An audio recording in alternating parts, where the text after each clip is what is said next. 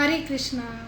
आज भाद्रपद मास की शुक्ल पक्ष की अष्टमी अर्थात राधाष्टमी। श्रीमती राधा रानी जिनका वर्णन आता है तप्त कांचन गौरांगे राधे वृंदावनेश्वरी ऋषभानु सुते देवी प्रणमामि हरि प्रिय।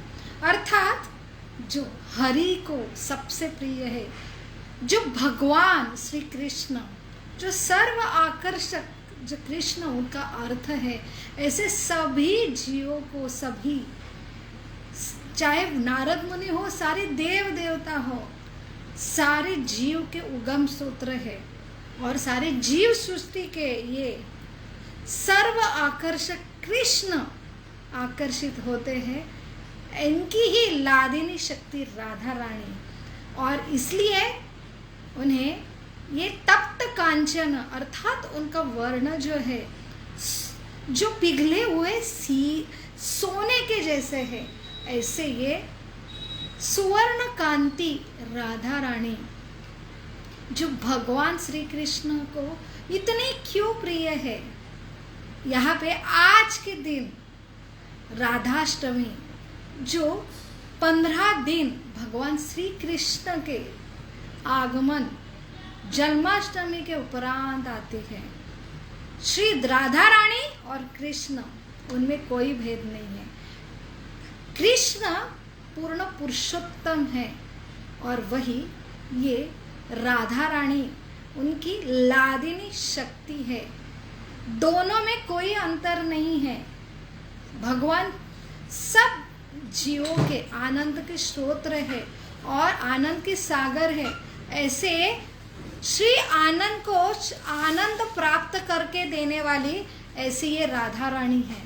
और राधा रानी ये सारे जगत की ये माता है। सभी जीवों का जो स्वभाव है सच्चित आनंद, सत अर्थात शाश्वत, चित अर्थात ज्ञानमय, और सबसे मुख्य आनंद, ये सारे जीवों का स्वभाव है। ये आनंद का उगम स्तोत्र है श्रीमती राधा रानी। ऐसे ये राधा रानी भगवान के बाहिने अंग से निकलती है, उनका ही विस्तार है।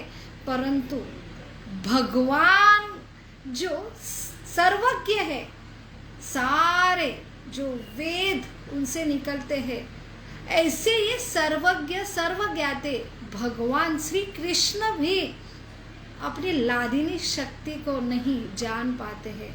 ऐसी ये परम करुणा, सबसे जरूरी ये सेवा और आनंद का महाभाव है। ऐसे ये राधा रानी को हम कैसे जाने। कृष्ण को जानने के लिए बहुनाम जन्मनाम अंते, सहस्र ऐसे जन्म के, मनुष्य जन्म के बहुत सिद्धि प्राप्त करने पर कोई विरला ही भगवान कौन है, भगवान के पूर्ण पुरुषोत्तम कृष्ण तक पहुंच सकता है और उनके बारे में बहुत ही उनमें से विरला जान पाता है। ऐसे ये मनुष्य को, जो योगी को भी बहुत तप ज्ञान से कृष्ण तक समझना बहुत ही असंभव है। और ऐसे कृष्ण कहते हैं राधा रानी को समझना और भी असंभव है। जो कृष्ण नहीं जान पाते ये राधा रानी को, तो हम जीवात्मा कैसे जाने। इसलिए तो जो ज्ञान के स्तोत्र है, सारे वेद का पूरा सार, भगवत गीता, भागवतम, इनमें भी राधा रानी का उल्लेख नहीं आता है। इसलिए हम इसके योग्य नहीं हैं। परंतु आज राधा रानी का प्राकट्य दिन है।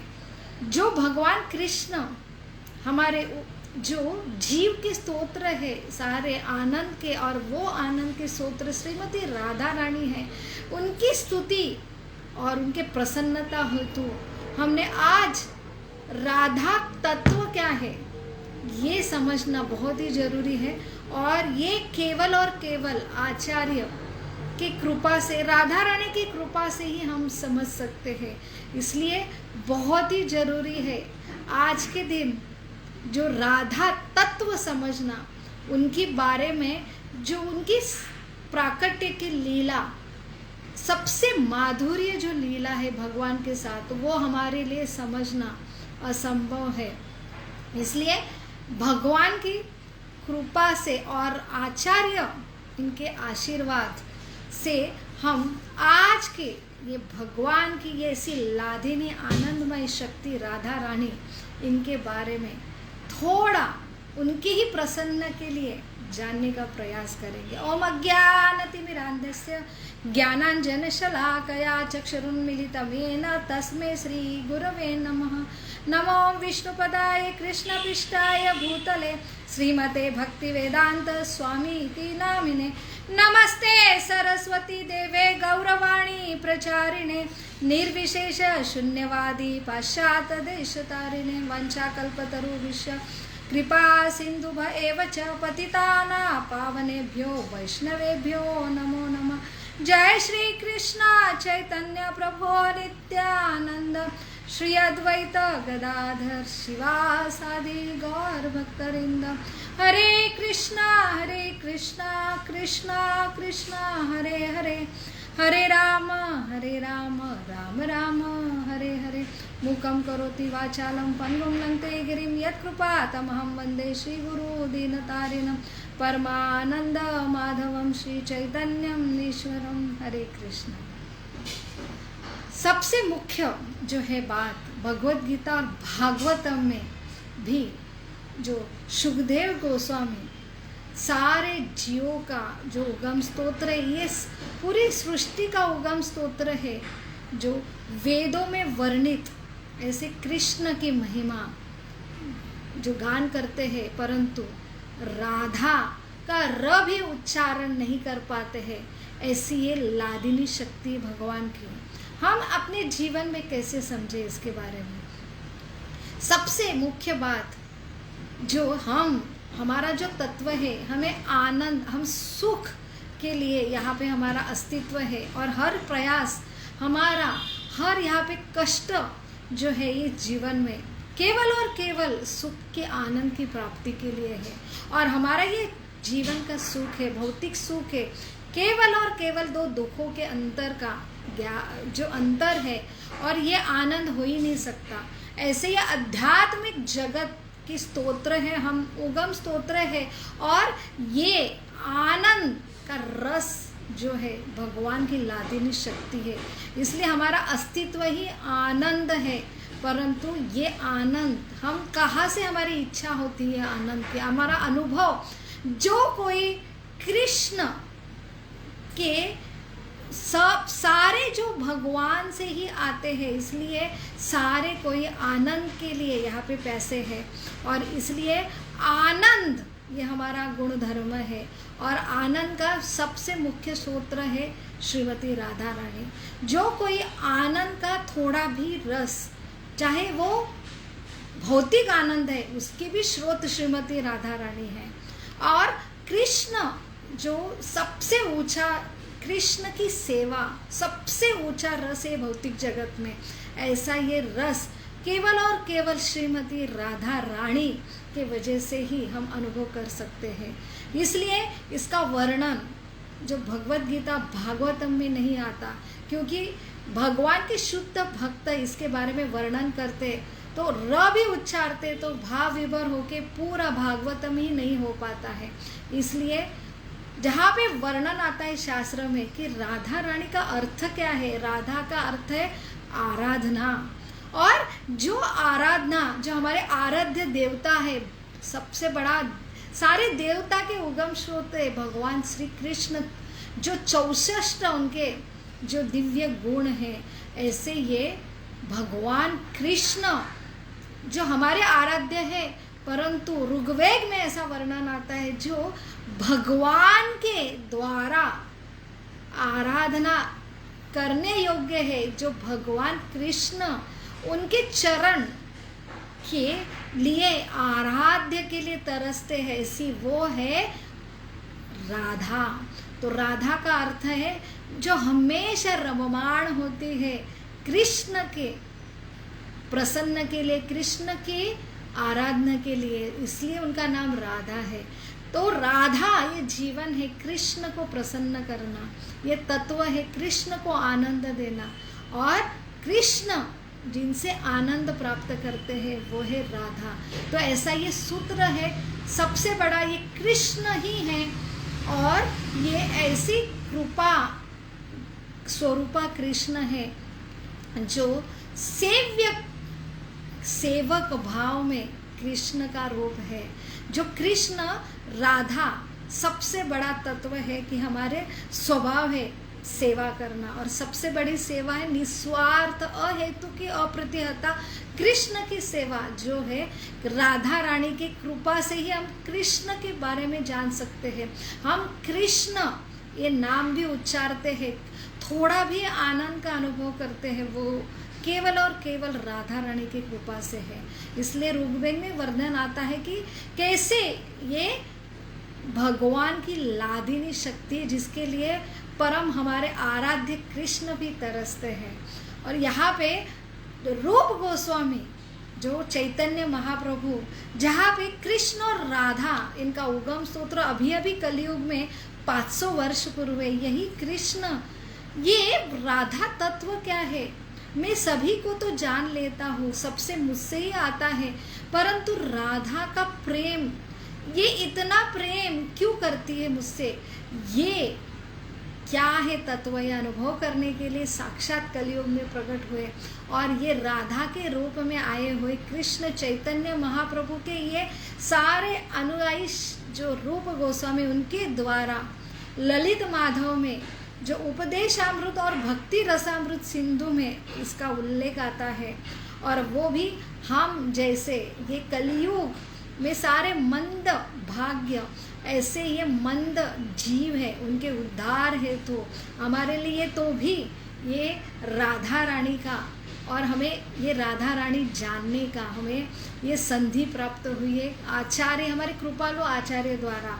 तो उनमें ये उल्लेख आता है कि कैसे इस जगत में, ये भौतिक जगत और आध्यात्मिक जगत में सर्वश्रेष्ठ ऐसी ये जगह है मथुरा, क्योंकि वहाँ पे कृष्ण ने जन्म लिया। उससे भी श्रेष्ठ है वृंदावन, जहाँ पे कृष्ण ने बहुत सारी लीला की, लेकिन उससे भी श्रेष्ठ है गोवर्धन, जहाँ पे राधा और कृष्ण और बाल गोपाल की सारे मधुर लीला हुई। और सबसे उससे भी श्रेष्ठ है राधा कुंड, और राधा कुंड ये राधा रानी का ही एक नदी का एक सबसे बड़ा पानी का एक फॉर्म है, जो लिक्विड फॉर्म है राधा रानी का।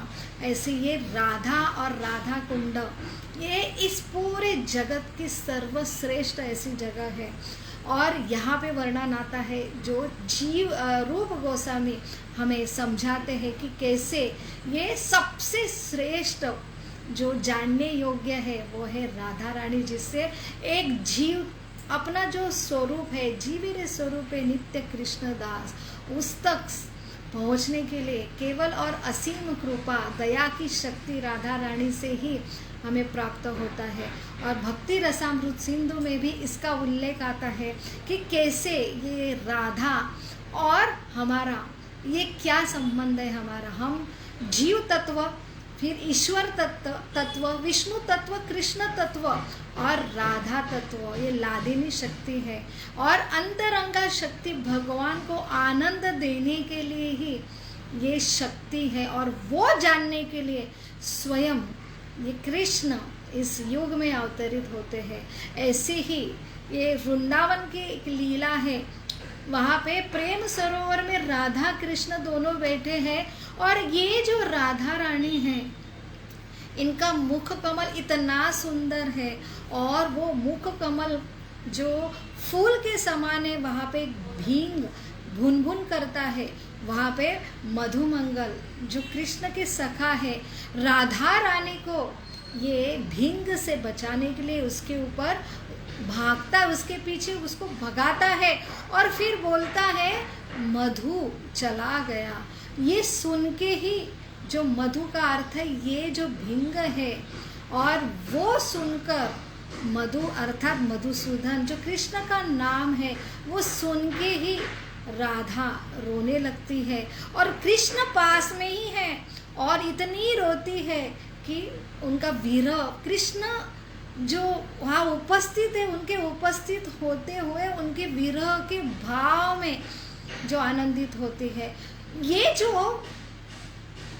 भगवान का प्रत्यक्ष जो उनकी उपस्थिति उससे भी बहुत ही मधुर है आनंद, उनका विरह। और इस विरह में राधा रानी रोती है तो भगवान कृष्ण भी रोने लगते हैं और तभी वो अचंभित होते हैं, इसमें क्या है कि जो मुझे भी आनंद नहीं मिल रहा है, जो राधा रानी जो मेरी ही शक्ति है उनको इतना आनंद क्यों मिल रहा है।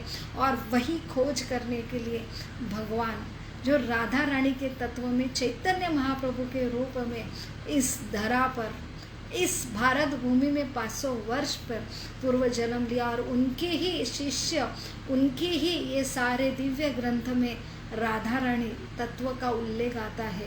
इसलिए बहुत जरूरी है कृष्ण जो 64 गुणों द्वारा, जहाँ पे उनके 64 गुणों द्वारा उल्लेख आता है, और वही जो 64 गुण है जो है 26 गुण जो राधा रानी के है, और 26 गुणों के राधा रानी जहाँ पे वो भी ये कृष्ण तक पहुँच नहीं सकते हैं। तो ऐसे 26 जो दिव्य गुण है राधा रानी के, और वो जो सबसे सुंदर है कि सबसे सुंदर जो उनकी सुंदरता है, जितना उनका जो वर्ण है, जितनी उनकी सबसे कोमल, ऐसे उनका मधुर स्वर है, ऐसे ये सबसे ये राधा रानी उनका सबसे ऐसा मधुर वर्णन कि सारे उनके जो अंग कांति है उनका वर्णन, ये दिव्य गुण है उनके शरीर पे, ऐसे दिव्य चिन्ह है जो है राधा रानी, उनकी कृपा, ये सारे जो गुण है सबसे मधुर, सर्व आकर्षित, कृष्ण को जो आकर्षित करती है वो जो है, जहाँ पे कृष्ण है वो सारे मदन मोहन, जहाँ पे मदन, ऐसे ये मदन को भी लाखों मदन को आकर्षित करने वाले जो कृष्ण है उनको भी आकर्षित करती है, ऐसे मदन मोहन मोहिनी जो राधा रानी है। तो यहाँ पे उनके जन्म के बारे में हमें जो ललित माधव में वर्णन आता है, रूप गोस्वामी इनके जो ग्रंथ में, जहाँ पे आज के दिन ही जो राधा रानी हमेशा 14 वर्ष 2 महीने और 15 दिन ये उनकी जो उनका उम्र बताई है वो इतनी हमेशा नव यौवन रहती है। और जो कृष्ण है वो हमेशा 15 वर्ष उनकी आयु है, 15 वर्ष 9 महीने 8 दिन 7.5 दिन ये आयु, ये हमेशा युगल जोड़ी है, वो शाश्वत धाम में यही उनकी आयु है। ऐसी ये नव यौवन राधा रानी, इनके जन्म के बारे में उनका वर्णन आता है कि ये शाश्वत भगवान की लादिनी शक्ति है, और ये ऋषभानु उनके पिता है शाश्वत, और कीर्तिदा उनकी शाश्वत माता है, उनकी ये पुत्री है।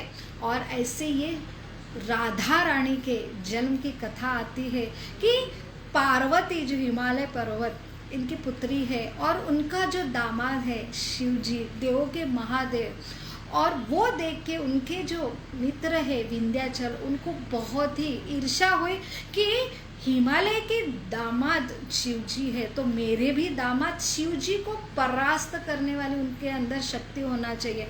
इसलिए बहुत तपस्या करते हैं, और तपस्या के उपरांत ब्रह्मा जी साक्षात प्रकट होते हैं और ब्रह्मा जी वरदान मांगते कि आपको क्या चाहिए। तब वो कहते हैं कि मुझे हिमालय के दामाद से भी ऊंचा दामाद चाहिए। वो तुरंत तथास्तु बोल देते, परंतु जो बुद्धि के तत्व है ऐसे ये ब्रह्मा जी भी गलती कर बैठते हैं, और फिर सोचते हैं मैंने ये क्या वरदान दिया, शिव जी को परास्त करने में किसके पास शक्ति है, वो केवल और केवल कृष्ण के पास है। और कृष्ण का दामाद, कृष्ण की जो लादिनी शक्ति है राधा रानी, वो तो शाश्वत कीर्तिदा और ऋषभानु की पुत्री है, इनकी दामाद कैसे हो सकती है। इसलिए वो बहुत ही विलाप करके राधा रानी की तपस्या करते, राधा रानी वहाँ प्रकट होती है और वहाँ पे ब्रह्मा जी को आशीर्वाद देती है कि सारा जो आपका वचन है जो है सफल होगा।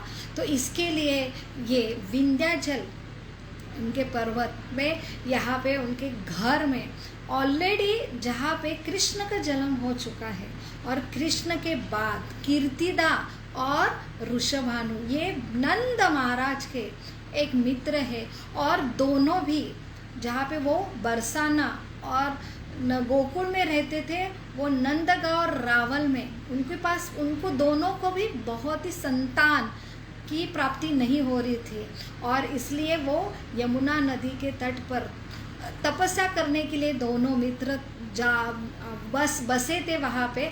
और वहाँ पे जब गर्भधारणा होती है, उसी समय विंध्याचल पर्वत को ब्रह्मा जी द्वारा वरदान प्राप्त होता है, तो वहाँ पे गर्भ से ही उनको स्थलांतरित किया जाता है। और जहाँ पे राधा रानी जो कीर्तिदा की पुत्री है, और चंद्रावली भीष्म पिता जो पिता है, यहाँ पे उनकी पुत्री दोनों को स्थलांतरित किया जाता है विंध्याचल इनके घर में, उनके पत्नी के गर्भ में दोनों पुत्री का जन्म होता है, राधा रानी और चंद्रावली। और इसके बहुत ही बड़े उत्सव का आयोजन और यज्ञ की विधि चल रही है, तभी कृष्ण का जन्म हुआ है। इसलिए कंस पुतना को जो नव अभी जन्मे ऐसे पूरे पुत्र मरना चाहिए, उनकी हत्या होनी चाहिए, पुत्री उनका अपहरण होने के लिए आदेश दिए जाते हैं। वहाँ पे पुतना ये खेचरी ऐसी ये आसुर स्त्री वहाँ पे गोचरण कर रही है आकाश में। वो देखती है कि यहाँ पे अभी दो पुत्री ने जन्म लिया है, और वहाँ से वो दोनों पुत्री को उठा लेती है। जैसे वो उठा लेती, विंध्याचल पर्वत बहुत क्रोधित होते हैं, और मंत्र वहाँ पे उच्चारण हो रहा है, ऐसे ब्राह्मणों को आदेश देते हैं कि उसकी शक्ति का हरण हो पुतना की। और जैसे उनके मंत्रोच्चार से पुतना की शक्ति कमजोर होती है, वो दोनों पुत्री गिरती है। एक पुत्री ऋषभानु को प्राप्त होती है, और एक पुत्री जो भीष्मक राजा को प्राप्त होती, वही चंद्रावली है। और यहाँ पे यही एक राधा रानी है जो ऋषभानु को प्राप्त हुई है। और यहाँ पे ये कथा और जो विस्तार होता है कि उनकी लीला होती है, तो हमें बहुत बार प्रश्न होता है कि कृष्ण के साथ हमेशा राधा रानी क्यों, रुक्मिणी जी क्यों नहीं, और भगवान की 16,108 रानियाँ, इनका क्यों नहीं स्थापना होती है। तो तत्व से अगर समझे तो ये दोनों सारे 16,108 रानियाँ, जो कोई भगवान को प्रसन्न करने के लिए सेवा में रत है, उनका जो विस्तार ही राधा रानी है। तो सारे जो भगवान की सेवा में है, वो सारी शक्तियाँ का उगम स्रोत केवल और केवल राधा रानी है। चाहे वो रुक्मिणी हो, सत्यभामा हो, जामवंती हो, सारे 16,108 गोपियाँ हैं, वो जो भगवान की सेवा में है, वो राधा रानी का ही विस्तार स्वरूप है। जब भगवान वह जो उनकी आयु 11 वर्ष के लिए अपने कर्तव्य के लिए जो मथुरा में आते हैं, वृंदावन को त्यागते हैं, और तब यहाँ पे जो वीरा में जो सारे गोपियाँ हैं, सो गोपियों का अर्थ ही है गो अर्थात इंद्रिय, जो कृष्ण इंद्रियों के स्वामी है, उनको जो धारण करती है या उनका रसपान करती है, वो गोपियाँ। और ऐसी सबसे मुख्य गोपी है राधा रानी। तो यहाँ पे हमेशा सवाल आता है कि कृष्ण और राधा, उनका विवाह क्यों नहीं हुआ, परंतु दो जीवों, अलग अलग जीवों का विवाह हो सकता है, एक जीव एक ही जीव से कैसे विवाह करे। तो ये भगवान की लादिनी शक्ति, ये यहाँ पे सारे जो लक्ष्मी भी हमेशा भगवान की चरण सेवा में रत रहती है, लेकिन राधा रानी हमेशा उनके पास रहती है। उनकी सेवा और उनका प्रिय, उनके जैसा कोई भी बन नहीं सकता। ये पूरा हमारा शरीर पंच धातु से है, पंच महाभूतों से है। राधा रानी पूरे भगवान की आनंद देने का महाभाव से बनाई है। उसकी जीवन जैसे जन्म होता है, वो आँख बंद होके ही उनका जन्म होता है। जब कृष्ण जो नंद महाराज उनके ऋषभानु अपने मित्र को मिलने आती है, तो अंधी पुत्री जन्मी है ऋषभानु के घर में। इसलिए बहुत चिंतित होते हैं। सारे उपाय होते हैं, परंतु कृष्ण जब आते हैं और जब स्पर्श करते हैं तभी उनकी आँख खुलती है। तो ऐसी ही राधा रानी का जन्म ही हुआ है कृष्ण को देखने के लिए। उनके पूरे जो इंद्रिय बस कृष्ण को आनंद देने के लिए। इसलिए जो लक्ष्मी रुक्मिणी सारे जो है भगवान की पत्नियां हैं और वो अधिकृत पत्नी है, परंतु राधा रानी जो ऐसी भगवान की ही लीला है, योग माया है, पूर्णमासी है कि जिनका विवाह जो अभिमन्यु से होते हैं, परंतु कितना समर्पण, कितनी भी विविधा हो, क्योंकि भगवान कृष्ण एक ही सारे जीवों के स्वामी हैं। उनके प्रति समर्पण के लिए सारी सीमा लांघना केवल और केवल राधा रानी ही पूर्ण कर सकते, इसलिए वो सबसे ऐसे मुख्य पतिव्रता स्त्री है। तो अलग अलग बहुत सारे कथा हुई है वहाँ पे, सभी सारे ऋषि मुनि देवता ने सारे ये एक मत है कि राधा रानी जी उनके जैसा कोई भी शुद्ध नहीं है, जो कृष्ण भी उन्हें जान नहीं पाते। इसलिए जब भगवान वृंदावन छोड़ते हैं तब विरह में वो अपने शरीर को टिकाए रखती है, क्योंकि कृष्ण अगर उन्होंने प्रॉमिस किया वो आएंगे तो उनको दुख नहीं होना चाहिए। तो मृत्यु से भी ज़्यादा वो भगवान के लिए सहन करती है। और वहाँ पे ऐसे ही एक दिन भगवान के विरह में यमुना नदी में छलांग मारती। यमुना साक्षात वो विशाखा देवी का ही लिक्विड फॉर्म है। जो विशाखा देखती है वो भी छलांग मारते। यमुना जो सूर्य पुत्री है, सूर्य भगवान को ये प्राप्त होती है ऐसी एक कन्या, वहाँ पे उनका ही सत्रजीत ये उपासक पूजा कर रहा है ऐसी पुत्री प्राप्त करने के लिए सूर्य देव से, और वहाँ पे उनको ट्रांसफ़र किया जाता है। वो सत्यभामा के रूप में विस्तारित होते हैं। उनका ही विवाह भगवान कृष्ण से होते हैं। और वही जो चंद्रावली है उनका ही राधा रानी का विस्तार है। जो भीष्मक राजा को प्राप्त हुआ है वो चंद्रावली वही रुक्मिणी है, जो भगवान के सेवा के लिए द्वारका में उनका जो विस्तार होता है। तो वही रुक्मिणी, वही सत्यभामा, वही जामवंती जो ललिता सखी है, वो भी एक भगवान और राधा रानी के विरह में वो छलांग मारती है। एक गोवर्धन से वह गुफे में जामवंत को प्राप्त होती है, वही जामवंती एक ललिता है। तो ऐसी ही ललिता, राधा रानी और चंद्रावली ये सारे जो मुख्य अष्ट सखी और 16,108 जो रानियों के रूप में भगवान की सेवा में रह सकते। जहाँ पे कृष्ण है वही राधा है, वहाँ पे उनका दोनों का ये दोनों एक दूसरे से अभिन्न है।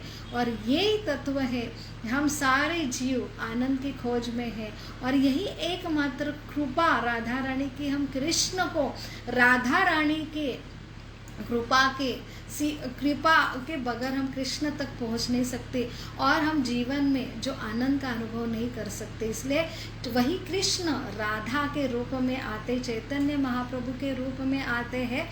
तो हमारे जैसे जीवों को उद्धार के लिए मंत्र देते, महामंत्र देते, हरे कृष्ण कृष्ण कृष्ण हरे हरे, हरे राम राम राम हरे हरे।